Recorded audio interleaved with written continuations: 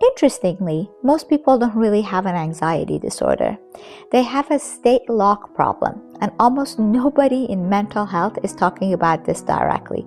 Let me explain it from a different perspective. When people say stuff like, "I understand everything about myself, but nothing really changes," we usually assume they need deeper insight. But clinically, that's not what's happening at all. What I'm seeing more often is this.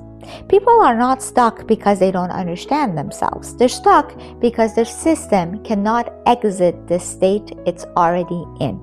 Hi, I'm Dr. Shahrzad Jalali, clinical psychologist, and today I'm talking about something very different from traditional psychology. We are trained in our field to think like this: understanding equals insight equals change.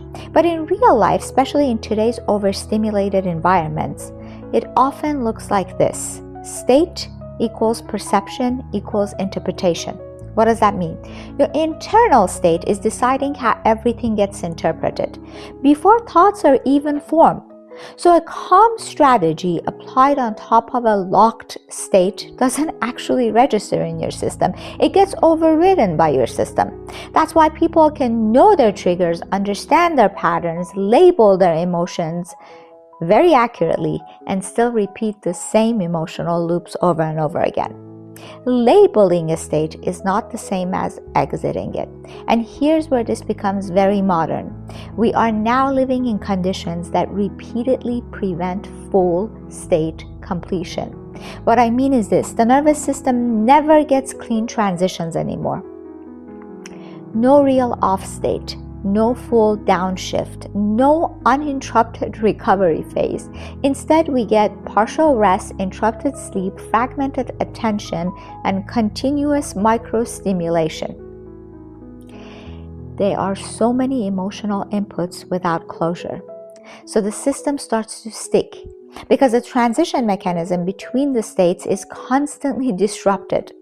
This is the part CBT alone cannot change, because CBT assumes if you change the interpretation, the system updates.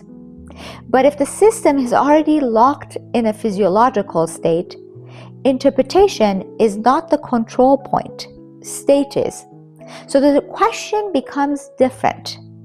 Not how do I think differently, but what prevents my system from completing a full downshift? And once you start asking that, the solutions change completely, because you stop trying to fix thoughts and start rebuilding conditions for state completion. Uninterrupted moments, reduced input density, predictable rhythms, sensory quiet, and recovery that's not mixed with stimulation. This is the shift underneath everything right now. Not more insight, more exit pathways for the nervous system. If you want to do that fully, feel free to check out my course on emotion regulation. You can register for the course on drshahrzadjalali.com.